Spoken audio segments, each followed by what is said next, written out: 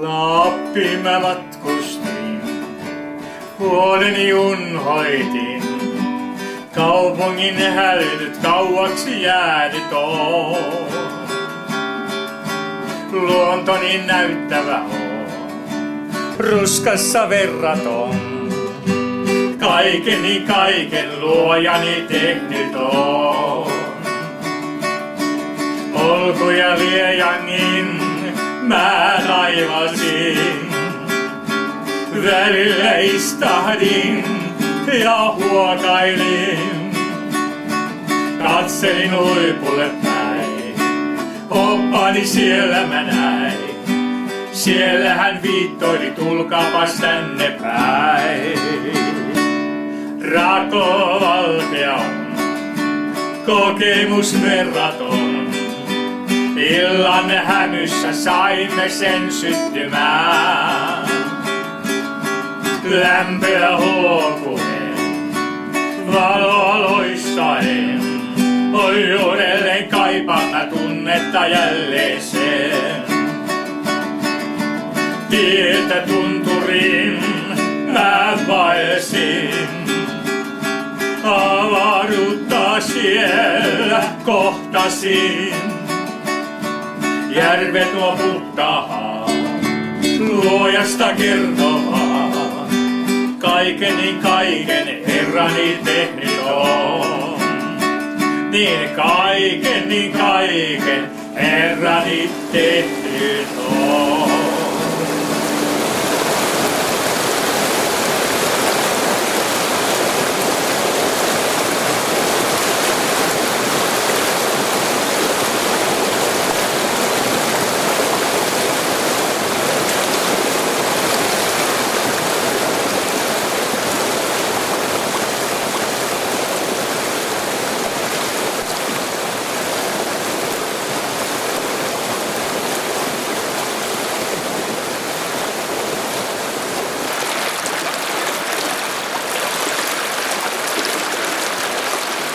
Niin, olemme täällä Lapin luonnon keskellä ja tässä koski kuhisee tuossa vieressä. Ja kun moni etelästäkin tulee turistina tänne Lappiin ja pääsee tällaisiin tilanteisiin ja nauttimaan tästä Lapin luonnosta, niin sanoisin, että se rentouttaa. Kuunnella lintujen lauluja, kosken kuhinaa ja nähdä täällä luonnon keskellä sen rauhan. Tulen ääressä tulee monet hyvät muistot, kun olen ikäni tulija metsässä tehnyt tuntureissa ja myös jokien varsilla, järvien varsilla. Aikoinaan kun isäni kanssa laskin juuri tästä joesta, meillä oli aika paljon hillaa, puisia astioita. Vene oli täynnä näitä hilloja.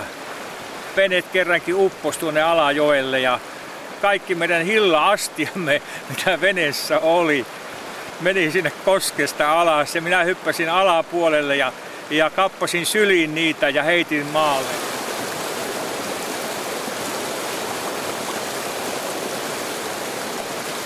Ja niin jatkoimme sitten matkaa sille hillaveneen kanssa Palojoen suuhun.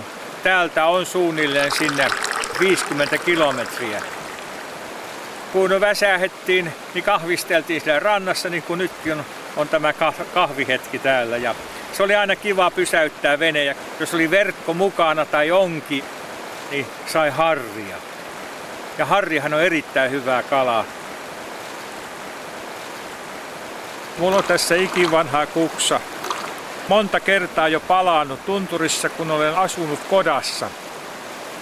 Ja on liian lähellä tulta ollut ja se sitten on haissut nenään ja sitten olen herännyt äkkiä ja temmannut tämän kuksan pois. Tuli on hirveän tärkeä kodassa, kun nukkuu. Se lämmittää. Ei tarvitse paleltua nukkuessa. Lappia mainostetaan noita paikkana, velhojen paikkana. Mutta tämä Lappi on Jumalan luoma rauhan alue. Jumalan luonto, eikä mikään noitien ja seitojen paikka. Täällä on erikoinen rauha. Ihminen on rauhaton monta kertaa, kun sisin on rauhaton. Ja ihminen kaipaisi kuitenkin rauhaa. Ja minäkin uskoon tulin ja sen jälkeen aloin liikuin erämaassa. Ja minä huomasin, että että minun koko elämäni oli muuttunut. Minä nautin tästä, josta aikoinaan en voinut nauttia. Jumalan rauha, niin kuin Jeesus sanoo, minun rauhani, sen minä annan teille. Jos ajattelemme, Jeesus sanoo, en minä anna teille niin kuin maailma antaa.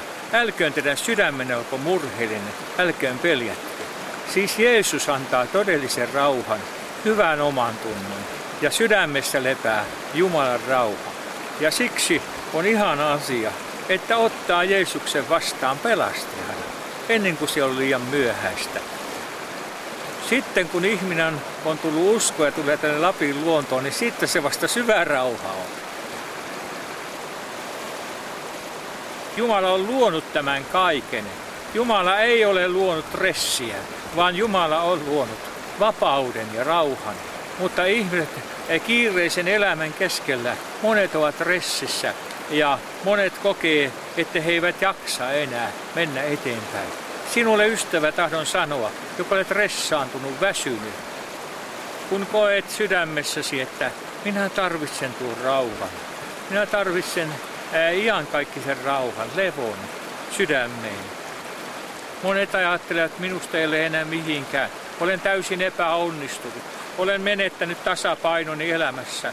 Kuule ystävä, tasapaino tulee Kristuksen kautta.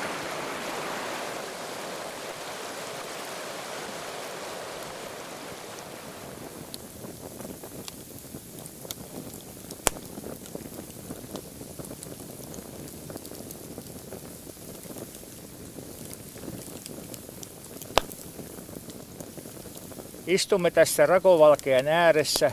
Olen kotipaikalla ja tässä lapsena olin aikoinaan jo juossut paljonkin tässä harjussa ja uinut tuossa järvessä. Haluan kertoa erään tapauksen kymmeniä vuosia sitten. Olin isäni kanssa ja setäni kanssa pitkällä kävelymatkalla. Kannoin heille ruokatavaraa metsään. He tekivät 2 viikkoa siellä metsässä töitä ja täytyy olla paljon ruokaa mukana. Ja sitten kun lähdin heidän luotaan, he kysyivät, että osaanko minä mennä takaisin. Minä olin ylpeä 12-vuotiaana ja ajattelin niin, että minähän olen Lapin poika ja olen erämaassa paljon vajeltanut ja liikkunut. Ja sanoin huolettomasti, melkein nauraen, että kyllä minä osaan takaisin. Ja niin lähdin kävelemään ja otin suunnan, mutta jonkun ajan perästä huomasin, kun olin pitkään kävellyt, että sitä polun päätä, mihin minun piti mennä, ei löytynytkään. Ja lopulta siinä hermostuin ja tunnit vierivät ja huomasin, että olen täysin eksyksissä. Lopulta sitten huusin, että jos joku ihminen kuulee minun huutoni, niin auta minua, olen eksyksissä oleva poika. Huusin täyttä kurkkua niin paljon kuin jaksoin. Ja sitten lopulta, kun menin suon reunaan, niin huomasin, että porolauma kävelee suolla siellä vapaana. Ja ensinnä luulin, että joku ihminen lähestyy minua, mutta se olikin porolauma, joka söi kaikessa rauhassa heinää sieltä suolta. Ja siihen suon reunaan oli niin väsynyt, että kaadun silmälleni. Niin siinä ajattelin, että moni on eksynyt tänne Lapin erämaahan. Tämä erämaa on minun hautausmaa, jos ei Jumala minua auta nyt. Ja siinä huusin äitini Jumalan puoleen, että auta minua, auta olen eksyksissä, auta minua, opasta minua, että pelastuisin täältä kuolemasta, täältä erämaasta.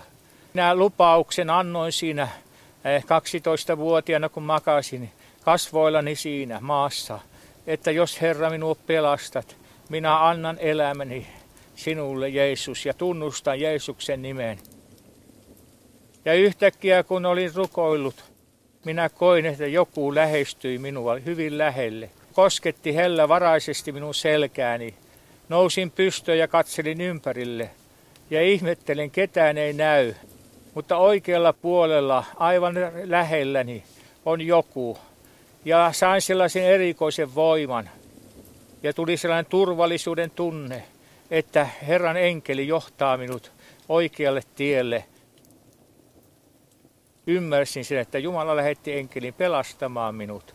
Ja sitten kävelin aikani ja kävelin ja lopulta huomasin, se polun pää tuli vastaan, johon minun olisi pitänyt mennä. Ja silloin tuli hirveä yksinäisyyden tunne, koska enkeli lähti minun viereltäni. Olin yksin, mutta tiesin, että tämä polku, tämä polun pää, johon olen tullut, niin tämä polku vie minut kotiin. Mutta kun pääsin kotiin, niin sielun vihollinen sanoi, nyt on kiire aika, heinän aika. Älä nyt puhu mitään tänä päivänä. Ja sitten tuli seuraava päivä.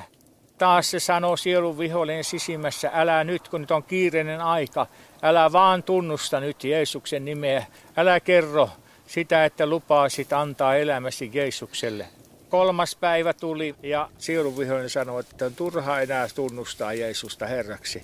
Se olisi pitänyt jo heti tunnustaa. Jäin kahleisiin ja kaverit veivät minua mukanaan ja niin sorruin moniin asioihin.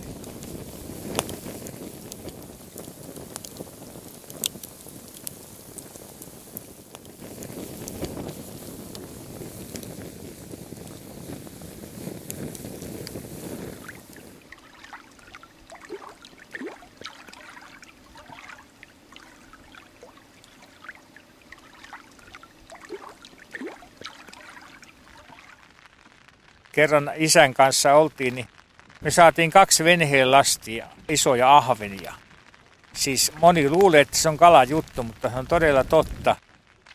Me heitettiin nuotta ja elokuussa ahvenet tuli siihen. Ja me saamme niin suuren napajan, että me kaivoimme 2 veneeseen ne kalat. Ensimmäinen vene täyttyi ja sitten toinen vene haettiin ja 2 veneellä kuljetettiin. No sen voi sanoa, että kyllä ne joutui maahan hautaamaan ne ahvenet.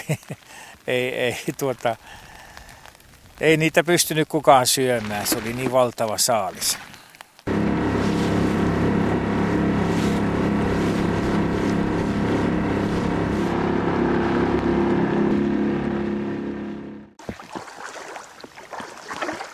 Täällä on vielä kalavedet ja ne on puhtaita vesiä, nämä kaikki ympäristössä olevat vedet tässä ja tämä luontokin on puhdas. Ei täällä ole mitään saasteita.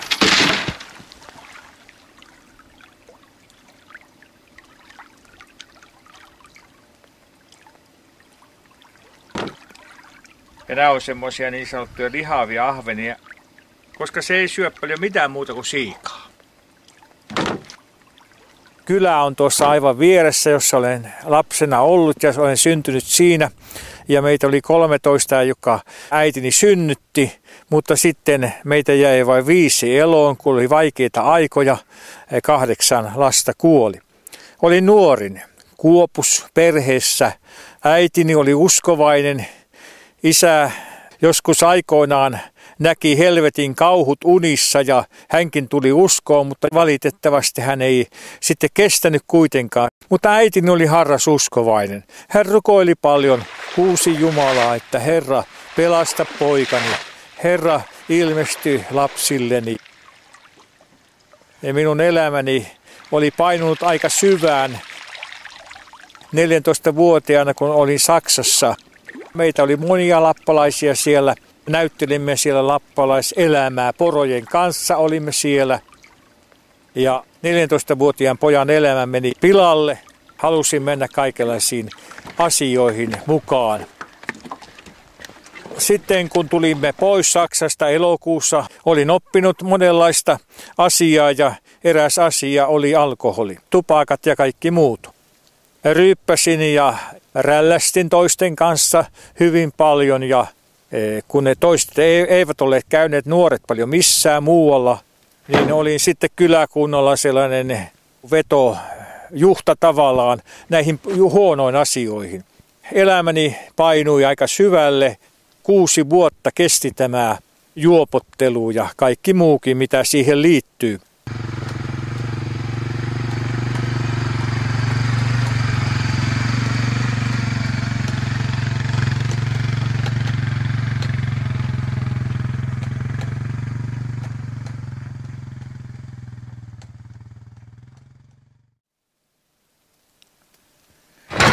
Tämä on ihan ruskeeta, tämmöistä punertavan ruskeeta, niin se on tosi hyvin savustunut.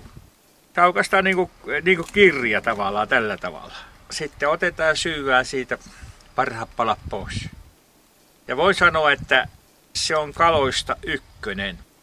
Viime kerralla kun olin kalassa, nyt aikaisemmin siunasin verkot veteen ja rukoilin siinä ja en koskaan ole saanut niin suurta siikaa kuin silloin sain. Suolakalahan siika on paras, mutta ahven on paras savustettuna. Miten tietää, että ahven on kypsä? Niin otetaan tästä korvaruosta näin kiinni. Ja se lähtee herkästi irti, niin silloin se on kypsää. Se ahven pitää olla ihan, silloin kun syö, niin ihan lämmin vielä. Ja silloin se on parhaimmillaan. Tämän kannan päälle ja sen jälkeen me lähdetään sitten saunomaan.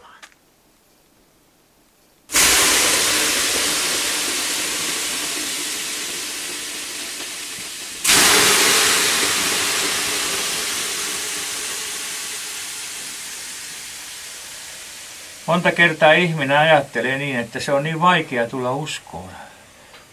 Kun ihminen uudesti syntyy, hänestä tulee rauhan lapsi. Koko elämän tapa ja koko elämä muuttuu.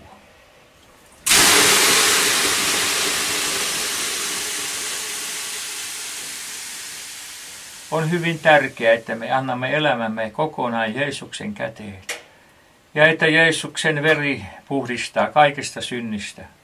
Ja me saamme kokea sydämessämme rauhan. Ja minä voin sanoa tässäkin, kun niin monta kertaa olen tässä saunassa istunut, vanhassa hirsisaunassa.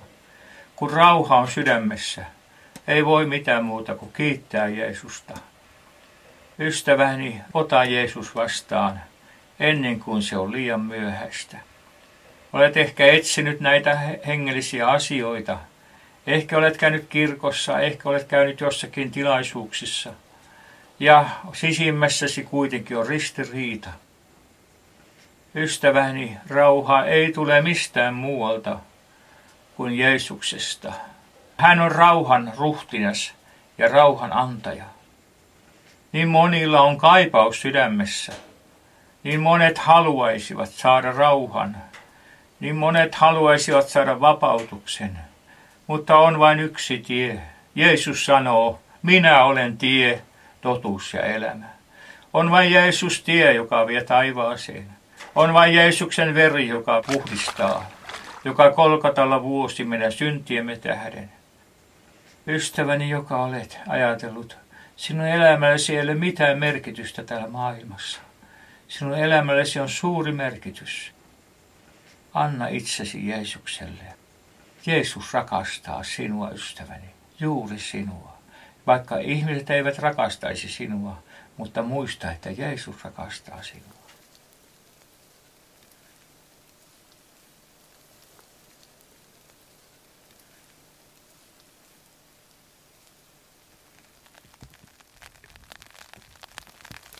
Olin 20-vuotias ja lähdimme isän kanssa tuonne tunturiin pyytämään kalaa. Kodassa asuimme. Olen tottunut kodassa asumaan paljon, koska elämä vaati sen täällä tunturialueella, että piti paljon kulkea porojen kanssa ja asua kodassa. Ja menimme Norjan puolelle sitten pyytämään kalaa sinne. Ja kun olin tottunut alkoholiin, niin aina piti olla viinakset mukana sitten. Ja niin oli povitasku täynnä viinapulloja. Ja koko matkan kun porolla ajettiin sinne, niin join ja heitin aina tunturin kylkeen viinapullon, tyhjän viinapullon. Mutta sitten kun pääsin perille, viinat loppu ja sitten alkoi hirvittävä sisäinen tyhjyys. Se oli niin kova tyhjyys sisimmässä ja huutot, että sinä kuolet viinaan. Ja minä pelkäsin, että minä en vain viinaan kuolisi. Sitten laitoimme nukkumaan ja en voinut nukkua sinä yönä, koska sydämessä oli sellainen tuska ja pelko, että jos minä viinaan kuolen, joudun helvettiin. Ja aloin huutamaan Jumalaa sillä tunturissa, kun pyydettiin kalaa. Huusin yötä päivää. Tuska kiihtyi kiihtymistään ja tuntui siltä, että ei Jumala kuule minun huutoani. Ja en voinut yöllä nukkua, jatkuvasti huusin, että Jumala auta minua, vapauta minut, auta minua. Tuntuu siltä, että Jumala on hyljännyt minut. Ja sisimmässä kuului sielunvihollisen ääni, joka sanoi, että Jeesus on hyljännyt sinut, Jumala on hyljännyt sinut. Sinulle ei ole enää mitään toivoa, ei minkäänlaista toivoa. Ja näin jatkui, 3 vuorokausi meni iltaan ja helmikuinen ilta oli ja aurinko laski tunturin taakse.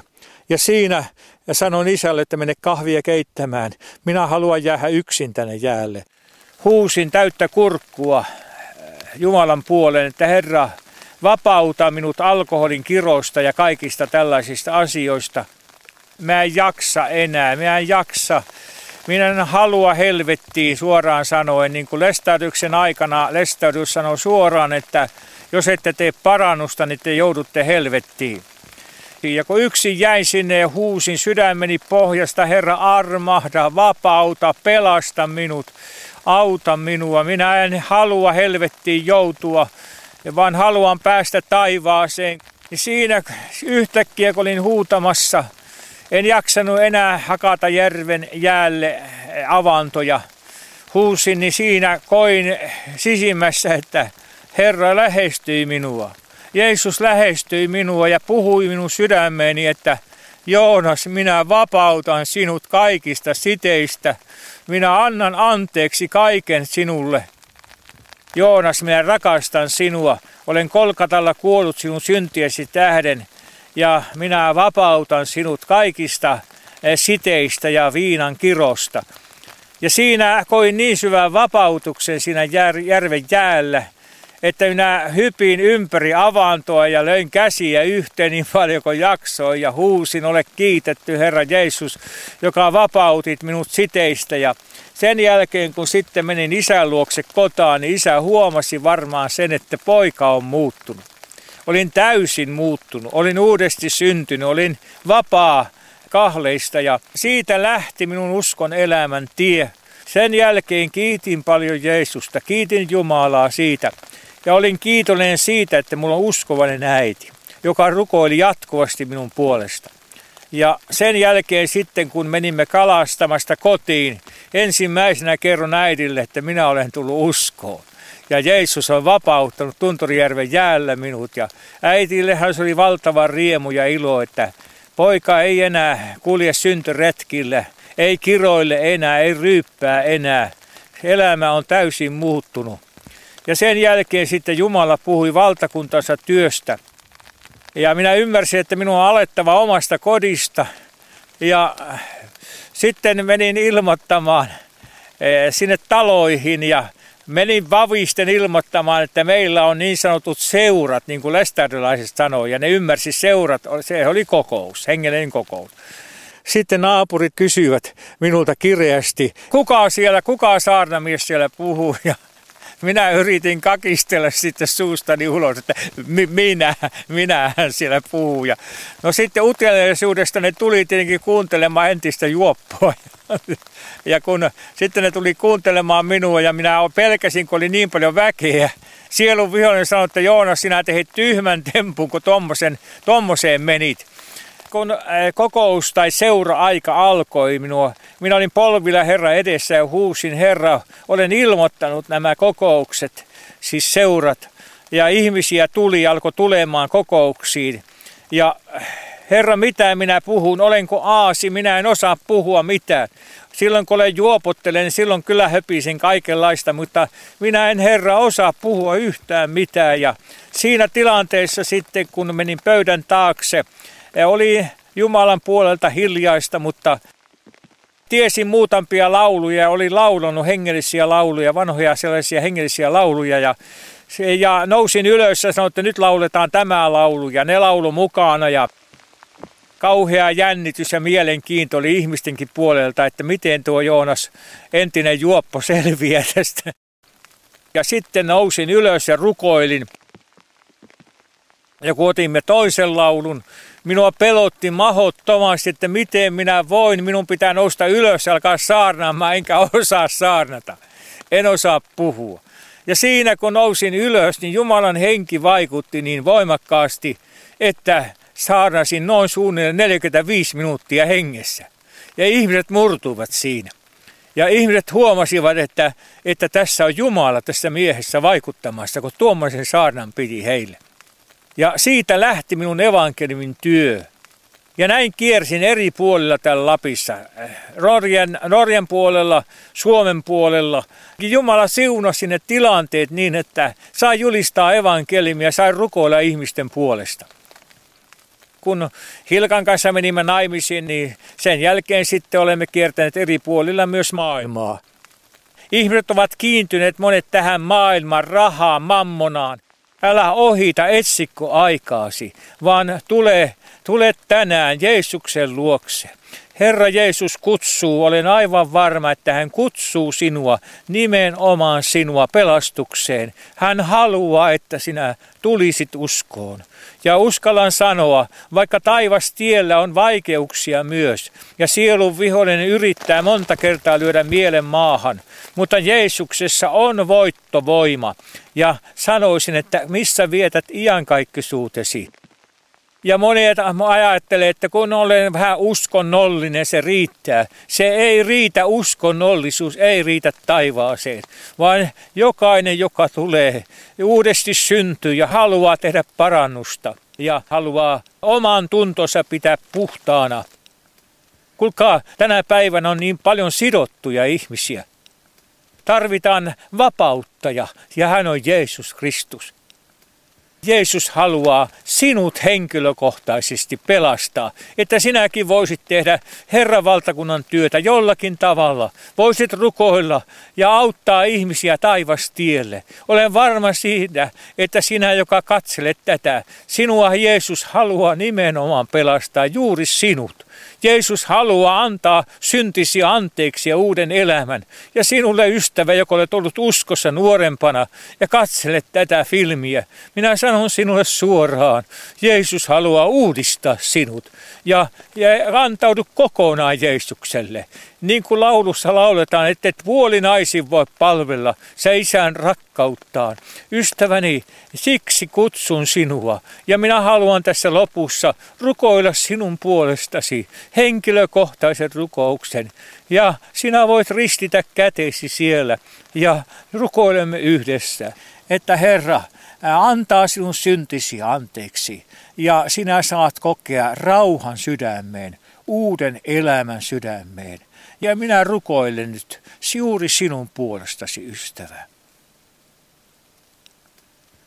Kiitos Jeesus, että sinun nimessäsi ja veressäsi on voima, syntien anteeksi antamus tälle ystävälle. Kiitos, että Jeesuksen nimessä ja veressä saan julistaa juuri sinulle henkilökohtaisesti synnit anteeksi. Veren kautta on voitto tänäkin päivänä. Veren kautta on anteeksi antamus. Kolkatan veri riittää tänäkin päivänä. Ja sinulle ystävä, joka olet monissa siteissä ja kahleissa ja syytät itseäsi, että et sinä pääse nousemaan estä ylös ja pois. Että synti on niin raskas sinun sydämessäsi. Ja synti pitää kiinni sinusta. Sanon sinulle henkilökohtaisesti Jeesuksen nimessä ja sovintoveressä syntikahleet katkeavat. Ja sinä pääset vapauteen ja siksi sano kiitos Jeesus, että saan olla vapaa tästä hetkestä lähtien. Kiitos Jeesus, että sinä rakastat minua henkilökohtaisesti. Ja kiitos, että sinun nimessäsi ja veressäsi saan olla vapaa tästä hetkestä lähtien. Ystäväni, omista se, kun olemme yhdessä rukoilleet. Sinä olet kenen oma, Jeesuksen oma tästä lähtien. Ja rauha tulee sisimpään, rauha tulee sydämeen, rauha tulee omalle tunnolle. Ja sinä saat olla, ystäväni, tästä hetkestä lähtien vapaa. Kiitä Jeesusta ja sano, kiitos Jeesus, että tästä hetkestä lähtien minun syntini ovat anteeksi annettu. Kiitos pelastuksesta. Sano, kiitos Jeesus. Kiitos, että minun syntini on anteeksi annettu. Ja kiitos siitä, että sinun veressäsi on voima ja saan olla veresi kautta puhdas. Jeesuksen nimessä ole siunattu. Ja sinä sairas ystävä, minä haluan rukoilla sinun puolesta. Olen nähnyt paljon sairaita parantuvan. Ja haluan ikään kuin laskea käteni, vaikka kädet on tässä ristissä sinun päällesi. Ja rukoilla Jeesuksen nimessä. Sinä näet tämän rakkaan ystävän, joka kärsii tuskaa, sairautta. Kiitos Jeesuksen nimessä. On voima tänä päivänä. Laske parantava voima tämän ystävän ylle. Ja kiitos, että Jeesuksen nimessä on voitto. Siinä on terveys juuri sinun kohdallasi, ystävä. Ja ole siunattu Jeesuksen nimessä terveyteen ja laita käteesi siihen sairaanpaikan ylle ja kiitä nyt Jeesusta. Kiitos Jeesus, että sinä olet minun parantajani. Ja minä sanon tästä hetkestä lähtien terve. Jeesuksen nimessä ole siunattu. Ja sinä ystävä, joka olet vuosia sitten ollut uskossa, mutta olet luopunut jostakin syystä. On tullut asioita, on tullut ehkä katkeruutta sydämeen. Olet luopunut, ystäväni, tällä hetkellä. Minä julistan sinulle uudistavan voiman, Jeesuksen nimen ja veren kautta vapautuksen. Kiitä Jeesusta ja sano, kiitos Jeesus, minä haluan uudistua juuri nyt. Haluan antautua Jeesukselle juuri nyt. Haluan antaa elämäni, koko elämäni sinulle Jeesus juuri nyt. Ja kiitos, että saan olla sinun omasi tästä hetkestä lähtien. Ja kiitos, että uudistava voima, tuo veresi voima puhdistaa minut. Ja minä saan olla uudistunut tästä hetkestä lähtien. Kiitä Jeesusta vapaudesta. Rukoile ja lue Jumalan sanaa ja käy hengellisissä tilaisuuksissa ja niin uskon elämäsi vahvistuu. Jeesus sinua runsaasti ystäväni siunatkoon. Amen.